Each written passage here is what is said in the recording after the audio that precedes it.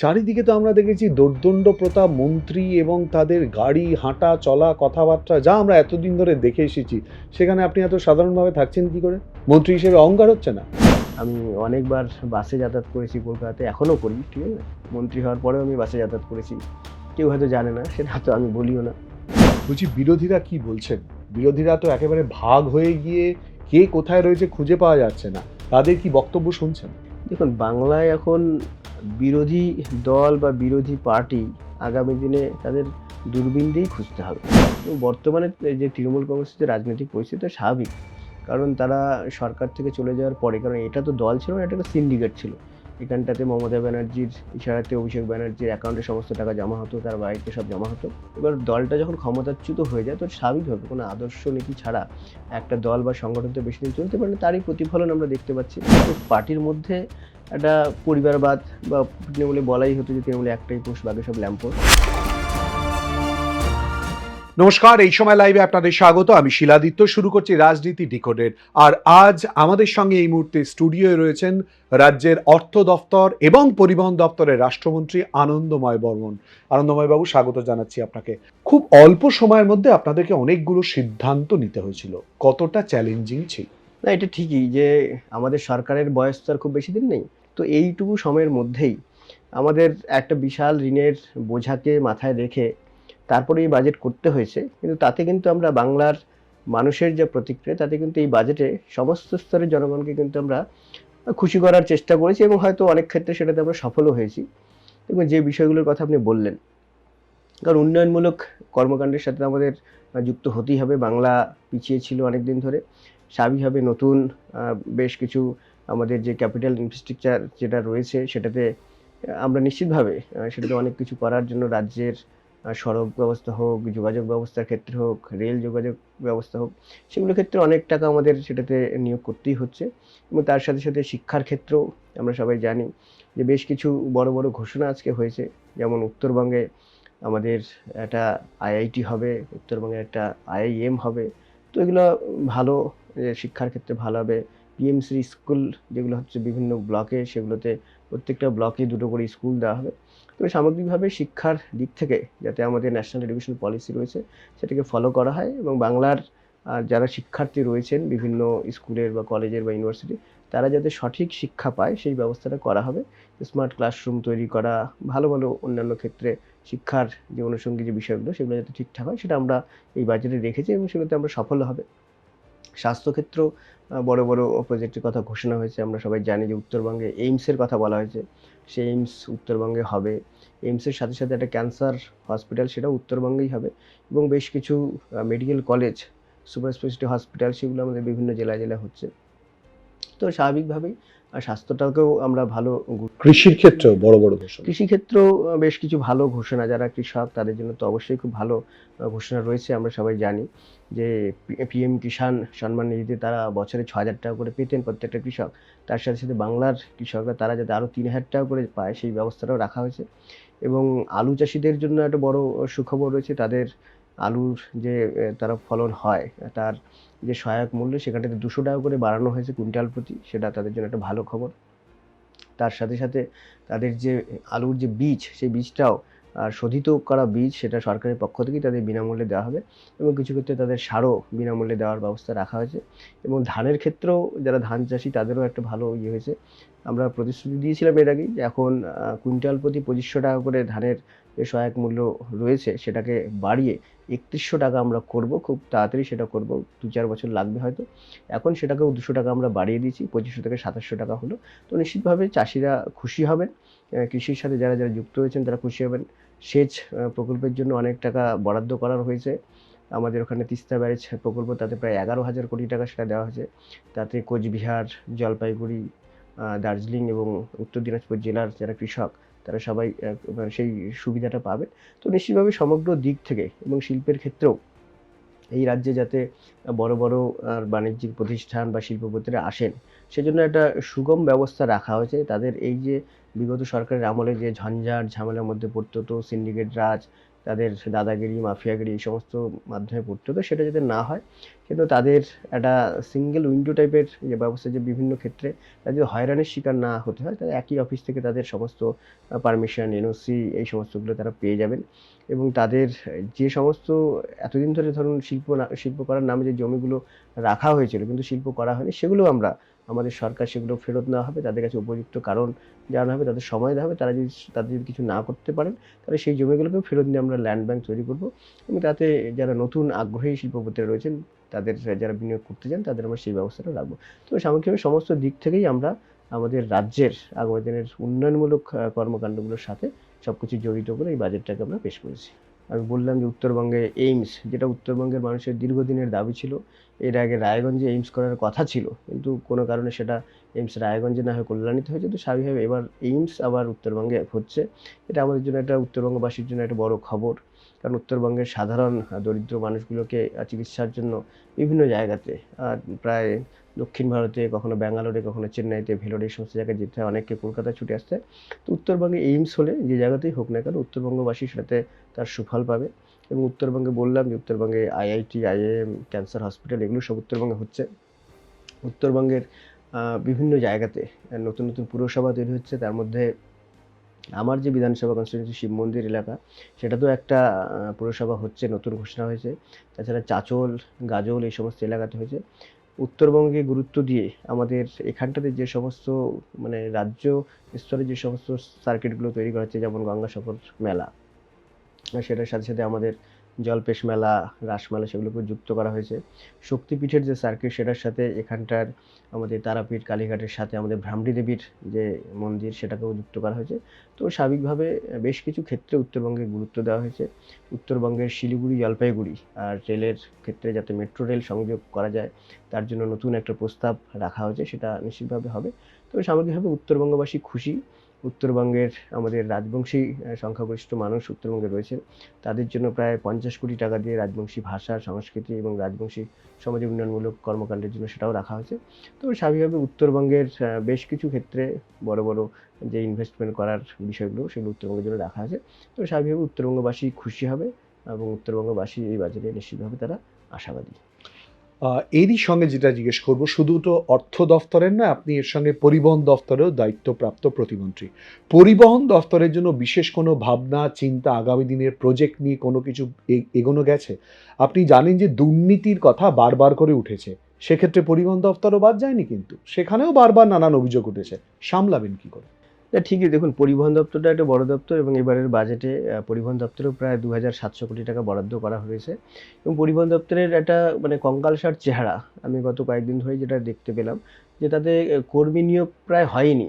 তাই এই যে বিগত দিনের সরকার, তারা মানে কর্মীরা একেকজন করে রিটায়ার্ড হয়ে গেছেন, তার পরিবর্তে কোনো কর্মীকে তারা নিয়োগ করেননি। সেজন্য সেভাবেই তাদের চলতে হচ্ছে, বিনা কর্মীতে মানে অফিসে হয়তো কোনো রকমে তারা দিন কাটাচ্ছে, এরকমই একটা দুর্দশাগ্রস্ত অবস্থা। তো সেখান থেকে উত্তরণের পথ আমরা এবার নিয়েছি। এবার গোটা রাজ্যে প্রায় 1 লক্ষ নিয়োগ হবে বিভিন্ন ক্ষেত্রে। তাদের যেমন সরকারি স্কুল, কলেজ, অধ্যাপক ক্ষেত্রেও যেমন হবে, এছাড়া পুলিশে কিছু নিয়োগ হবে এবং বাকি ক্ষেত্রে প্রায় 30,000 নিয়োগ হবে। তার মধ্যে নিশ্চিতভাবে পরিবহন দপ্তরেও কিছু নিয়োগ, তাদের যেগুলো বাকি রয়েছে সেগুলো কিছু নিয়োগ করা হবে।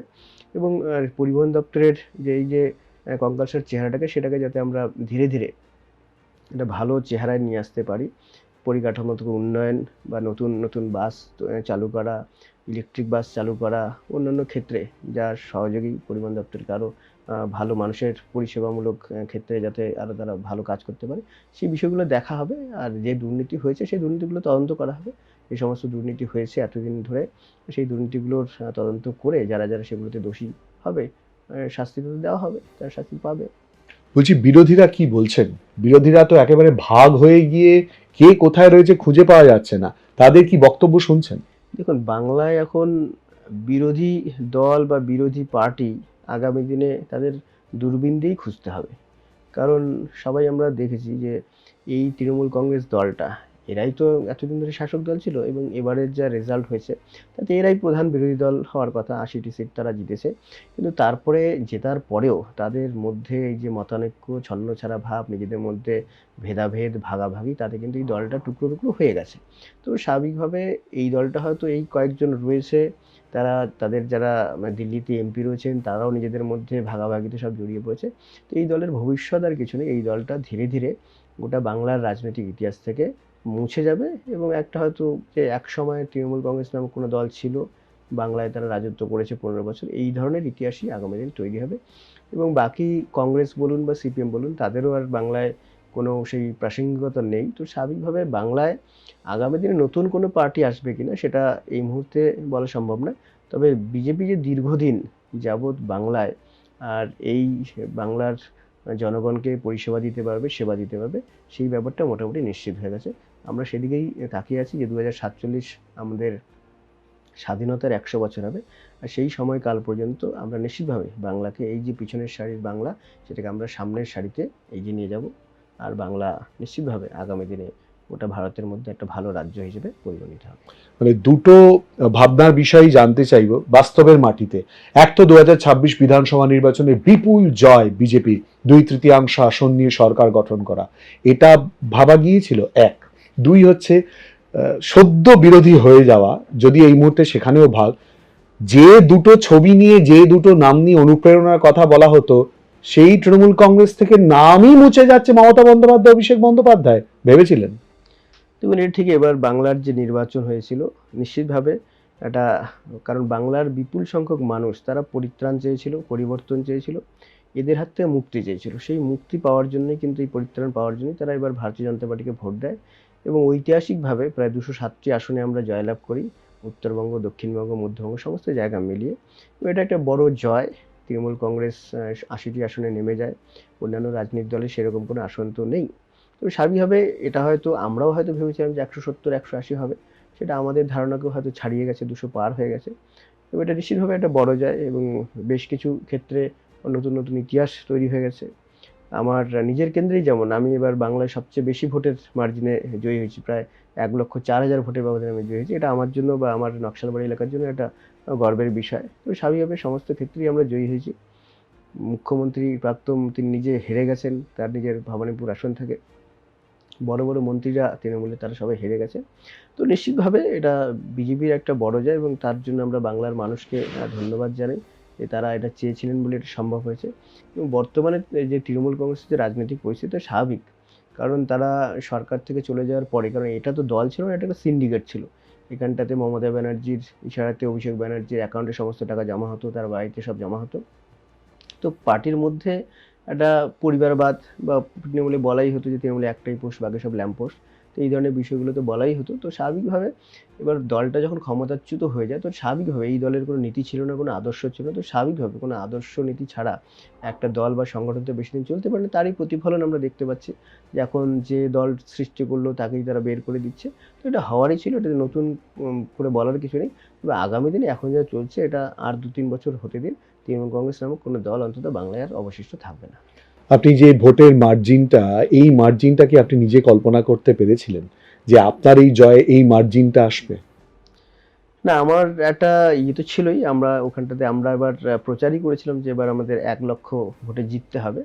তো 1 লক্ষও যে পার হয়ে যাবে সেটা আমরা ভাবিনি, কারণ গত বিধানসভা নির্বাচনে আমি 71,000 ভোটে জয়লাভ করেছিলাম। তো মানুষের আশা ভরসা তো ছিলই যে মানুষ আমাকে যথেষ্ট ভালোবাসে, আশীর্বাদ করে। তো সেটা একটা বিশ্বাস ভরসা ছিল। তো সেজন্য আমাদের এবার ভোটের লক্ষ্য ছিল বা আমরা প্রচার করেছিলাম। প্রথম যেদিন ভোটের নমিনেশন আমি পাই আবার পুনরায়, সেদিনই আমি বলেছিলাম, সাংবাদিকদেরও বলেছিলাম যে আমার এবারের লক্ষ্য হবে 1 লক্ষ ভোটে জেতা। কিন্তু ভাবিনি যে 1,04,000 সেটা হয়ে যাবে। ভেবেছিলাম হয়তো 1 লক্ষই হবে বা এরকম হবে কিনা সেটাও একটা ইয়ে ছিল। কারণ ভোট গণনার শেষের দিকে একটা সময় মনে হচ্ছিল যে হয়তো 90-95 হাজারে আটকে যাবে। কিন্তু পরের 2 রাউন্ডে আরও বেশি ভোটের ব্যবধানে আমরা সেই রাউন্ডগুলোতে ভোট পাই বলে আমরা 1,04,000 হয়ে গেছে। তো স্বাভাবিকভাবে আমার এলাকার মানুষকেও অনেক আমি ধন্যবাদ জানিয়েছি যে তাদের আশীর্বাদ, তাদের আস্থা, ভরসার মর্যাদা দেওয়ার চেষ্টা করব। তো স্বাভাবিকভাবে আমরা চাই যে এই মানুষের আশা, ভরসা, বিশ্বাসকে মর্যাদা দিয়ে আগামী দিনেও মানুষের পাশে থেকে, মানুষকে সঙ্গে নিয়ে, মানুষের কাজ করে বাংলাকে এবং আমাদের সমস্ত এলাকাকে, রাজ্যের সমস্ত জেলাগুলো, সেগুলোকে উন্নয়নমুখী করে তুলতে, সেটা আমরা সবাই চাই। ভেবেছিলেন রাজ্যের মন্ত্রী হবেন? মন্ত্রী হব সেরকম কিছু ভাবিনি। তবে এটা ঠিক ছিল যে দল যে দায়িত্বই দিক না কেন, আমাদের সরকার আসলে সমস্ত কাজ তো আমরা করতে পারবো। কারণ গত 5 বছর ধরে আমরা বিরোধী দলের বিধায়ক হিসেবে কোনো সম্মান পাইনি, কোনো কাজ করার সুযোগ পাইনি। তো স্বাভাবিকভাবে এবার আমাদের সরকার হয়েছে যখন, তখন থেকেই আমাদের আশা ছিল যে আমরা নিশ্চিতভাবে মন্ত্রী হই না হয় সেটা পরের কথা, কিন্তু আমরা অন্তত মানুষের জন্য যে কাজ দীর্ঘদিন ধরে আমাদের যে করার যে চাহিদা বা আকাঙ্ক্ষা সেটা আমরা পরিপূরণ করতে পারবো, আর সেটা আমরা পেরেছি। মন্ত্রী হয়েছি, আমাদের দল, আমাদের মাননীয় মুখ্যমন্ত্রী যে দায়িত্ব দিয়েছে দলের শীর্ষ নেতৃত্ব, সেটা নিষ্ঠার সঙ্গে পালন করব। যখন জানতে পারলেন আপনাকে শপথ নেওয়ার জন্য রাজভবনে আমন্ত্রণ জানানো হচ্ছে, তখন নিজের কি প্রতিক্রিয়া ছিল এবং পরিবারের কি প্রতিক্রিয়া ছিল? না, এরকম খুব বেশি আমার এই ধরনের যে মন্ত্রী হতেই হবে, হ্যাঁ, শুনে নিশ্চয়ই যখন খবর দিয়েছিল তখন তো ভালো লেগেছিল। আর বাকি যে জনগণের জন্য কাজ করার দায়িত্ব আরও বেড়ে গেল, সে কাজটা করতে হবে। তো সেজন্যই মানুষের জন্য কাজ করা, সমাজের জন্য কাজ করা, রাষ্ট্রের জন্য কাজ করার একটা বড় সুযোগ। সেই সুযোগটা পেয়েছি, তো সেটা নিষ্ঠার সহকারে পালন করার সেই চেষ্টাটাই আমি করবো আরকি। বাড়ির লোকেরাও খুশি হয়েছে, বাড়ির লোকেরা খুশি। আমার মধ্যে খুব বেশি খুশি না হলেও মানে সেই ধরনের বহিঃপ্রকাশ তো আমি করি না, বা আমি একটু সাধারণভাবেই থাকি। সেই উচ্ছ্বাস প্রকাশ করার খুব বেশি আমার থাকে না। সবাই সেটা বলে। তো বাড়ির লোকেরা হয়তো একটু খুশি হয়েছিল। কিন্তু আমার মধ্যে সেরকম যে মানুষের জন্য কাজ করার দায়িত্বটা আরো বেড়ে গেল, সেই কাজটা করতে হবে। সাধারণভাবে থাকেন কি করে? চারিদিকে তো আমরা দেখেছি দোর্দণ্ড প্রতাপ মন্ত্রী এবং তাদের গাড়ি, হাঁটা, চলা, কথাবার্তা যা আমরা এতদিন ধরে দেখে এসেছি, সেখানে আপনি এত সাধারণভাবে থাকছেন কি করে? মন্ত্রী হিসেবে অহংকার হচ্ছে না? দেখুন, আমার এলাকার মানুষ আমাকে চেনে, জানে। আর আমার মধ্যে এই মানে অহংকার ভাব এখন নিজে তো বলতে পারি না। তবে সেটা মানুষ বিচার করে, বিশ্লেষণ করে। তবে আমি একটু সাধারণ, ছোটবেলা থেকেই সাধারণ, তো সাধারণ থাকতেই পছন্দ করি। আমি মন্ত্রী হওয়ার পরেও বাইক নিয়ে আমার বাড়ি থেকে যাতায়াত করা পড়েছি, কিন্তু এখন আর খুব বেশি সেই সুযোগ পাচ্ছি না। এখন হঠাৎ করে যেতে হচ্ছে, কখনো হয়তো ফ্লাইট ধরে আসতে হচ্ছে। আগে তো আমি ট্রেনেই আসতাম। তো মন্ত্রী হওয়ার পরেও আমি ট্রেনে গেছি। তো মানুষের উচ্ছ্বাস ভালোবাসা থাকে। তারপরেও সাধারণ জীবনযাপন করে এখনো আমার বাড়িতে গত ৫ বছর ধরে সিকিউরিটি, সেন্ট্রাল সিকিউরিটি ফোর্স আমাদের দিয়েছিল সিআইএসএফ। সেটা আমার নেওয়া হয়নি। এবারও আমার বাড়িতে হাউস গার্ড দেওয়ার জন্য এসেছিল, আমি সেটা তো না করে দিয়েছি। এমনি যখন সরকারি কাজে বেরোই, তখন আমার বাড়িতে পাইলট কার আসে, গাড়ি আসে। অন্য সময় যখন আমি নিজের কাজে বেরোই বা পার্টির কাজে বেরোই, তখন আমি এখনো বাইক নিয়ে চলাফেরা করি। আমি অনেকবার বাসে যাতায়াত করেছি কলকাতাতে, এখনো করি, ঠিক আছে? মন্ত্রী হওয়ার পরেও আমি বাসে যাতায়াত করেছি। কেউ হয়তো জানে না, সেটা তো আমি বলিও না। এরকম অনেক কাহিনী, এরকম অনেক গল্প আছে। একটু বলুন না, মানে আপনি মন্ত্রী হওয়ার পরেও বাসে উঠে পড়লেন? মন্ত্রী হওয়ার পরে আমি বাসে করে দিই। মানে সেটা কি পরিবহন দপ্তরের প্রতিমন্ত্রী হিসেবে নজর করতে, নাকি এমনি? এমনি আমি বিধানসভাতে গেছিলাম। আমার গাড়িকে আমি হয়তো ছেড়ে দিয়েছিলাম, আমার দরকার ছিল, তো এমএলএ হোস্টেলেই আছি। তো ওখান থেকে এখানটায় ৳১০ দিলেই বাস পাওয়া যায়, সব হাওড়াগামী বাসগুলো। আমি যাই, এটাতে কোনো নতুন কিছু নেই। আমি মাঝে, মাঝে এদের বলি যে সবসময় তো গাড়ি রাখা, আমি আজকেও বলেছিলাম যে গাড়ি রাখার দরকার নেই। তা ওরা ছিল। ছিল জন্য আমি নিচে এসে দেখি যে ওরা আছেই। তো ওদের গাড়িতেই এলাম। আমি ওদেরকে বলিনি যে এক জায়গায় যাবো। তো দেখি ওরা যে আছে, তো ঠিক আছে আসলাম। এরকম কিছু ব্যাপার নেই। আমি এখনো মেট্রোতে যাতায়াত করি, কলকাতায় বাসে যাতায়াত করি, ট্যাক্সিতে যাতায়াত করি। এগুলোতে খুব বেশি যায় আসে না। আমাকে এখানে কতজন চেনে যে আমাকে একেবারে মন্ত্রী হয়েই দেখাতে হবে? তো স্বাভাবিকভাবে যতটুকু চলাফেরা করা যায় সেটাই আমি করি। আগামী দিনেও করব। যতটা পারি আগামী দিনেও করব। এখনো বাড়িতে আমি অনেক সময় বাইক নিয়ে ঘুরে বেড়াই শিলিগুড়ি চলতে, কারণ শিলিগুড়িতে যানজট থাকে। আমার বাড়ি থেকে শিলিগুড়ির কাজগুলো আমি বাইকে করেই যাই। কারণ ওই বড় গাড়ি নিয়ে যাওয়া আসা সেটাতে অনেক সময় লেগে যায়। তো আমি যাই। সবাই জানে আমাকে। আমাদের আলোচনার অন্যতম গুরুত্বপূর্ণ হেডলাইনটা বা থাম্বনেইলটা ইতিমধ্যেই দিয়ে দিলেন। আমি বাসে করেই যাতায়াত করি, আমি বাসে করেই যাতায়াত করব মন্ত্রী হবার পরেই। শুধু তাই নয়, বাইকে করেও শিলিগুড়িতে যাওয়ার যদি দরকার হয়, তাহলে বাইকে করেও যাতায়াত করব, ইতিমধ্যেই বলে দিলেন। শুভেন্দু অধিকারী রাজ্যের মুখ্যমন্ত্রী। কি প্রত্যাশা করেন বাংলার জন্য নতুন ভাবনার রূপায়ণ করার জন্য? না, নিশ্চিতভাবে বাংলার পরিবর্তন হবে। বাংলার মানুষ এই দীর্ঘ ১৫ বছর এই সরকার, তৃণমূল কংগ্রেসের নেতৃত্বে, তার আগে ৩৪ বছর বামফ্রন্টের সরকার এবং তারও আগে প্রায় ৩০ বছর কংগ্রেসের সরকার। বাংলা যে ধীরে, ধীরে পিছিয়ে গেছে, বাংলার আপামর জনগণ তারা বিশ্বাস করেন যে আমাদের রাজ্যের মাননীয় মুখ্যমন্ত্রী, তিনি এই বাংলার যে উলটপুরাণ, যে বাংলাকে আবার নতুন করে তৈরি করা, বাংলাকে আবার সামনের দিকে এগিয়ে নেওয়া যায়, সেই কাজটা শুভেন্দুদা পারবেন। এবং নিশ্চিতভাবে শুভেন্দুদা নতুন মুখ্যমন্ত্রী হওয়ার পরেই বেশ কিছু বড়, বড় ঘোষণা করে কাজের সাথে যুক্ত হয়ে বিভিন্ন করছেন। তিনি শুধু মুখে বলেন না, সে কাজ করেও দেখান। তো আমরাও আশাবাদী যে নিশ্চিতভাবে শুভেন্দুর নেতৃত্বে আমরা কাজ করছি। আগামী দিনে বাংলাকে আরও সামনের সারিতে এগিয়ে নেওয়ার জন্য শুভেন্দুদার বলিষ্ঠ নেতৃত্বে আমরা সবাই তার সহযোগী হয়ে কাজ করব এবং বাংলাকে সোনার বাংলায় আমরা রূপান্তরিত করব। অনেক ধন্যবাদ আমাদের সঙ্গে এই আলোচনায় অংশগ্রহণ করার জন্য। অনেক কিছু জানলাম, হয়তো আরও অনেক কিছু জানার বাকি থেকে গেল। তবে আমরা প্রশ্ন করেছিলাম, আপনি অহংকার দেখাচ্ছেন না, আপনি রাজ্যের মন্ত্রী। উনি সহজভাবেই উত্তর দিয়েছেন, অহংকারের কি রয়েছে? আমি রাজ্যের মন্ত্রী, আমাকে দায়িত্ব দেওয়া হয়েছে, যেটুকুনি দায়িত্ব দেওয়া হয়েছে, যেটুকুনি কাজ করার সেটুকুনিই করব। আমি স্বাভাবিক ছিলাম, আমি স্বাভাবিক আছি এবং স্বাভাবিক থাকব।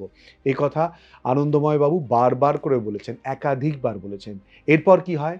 মন্ত্রী হিসেবে দায়িত্ব পালন মূলত কোন কোন দিকে নজর দেন সেদিকে আমাদের নজর থাকবে। আর আপনাদের চোখ থাকুক এই সময় লাইভ।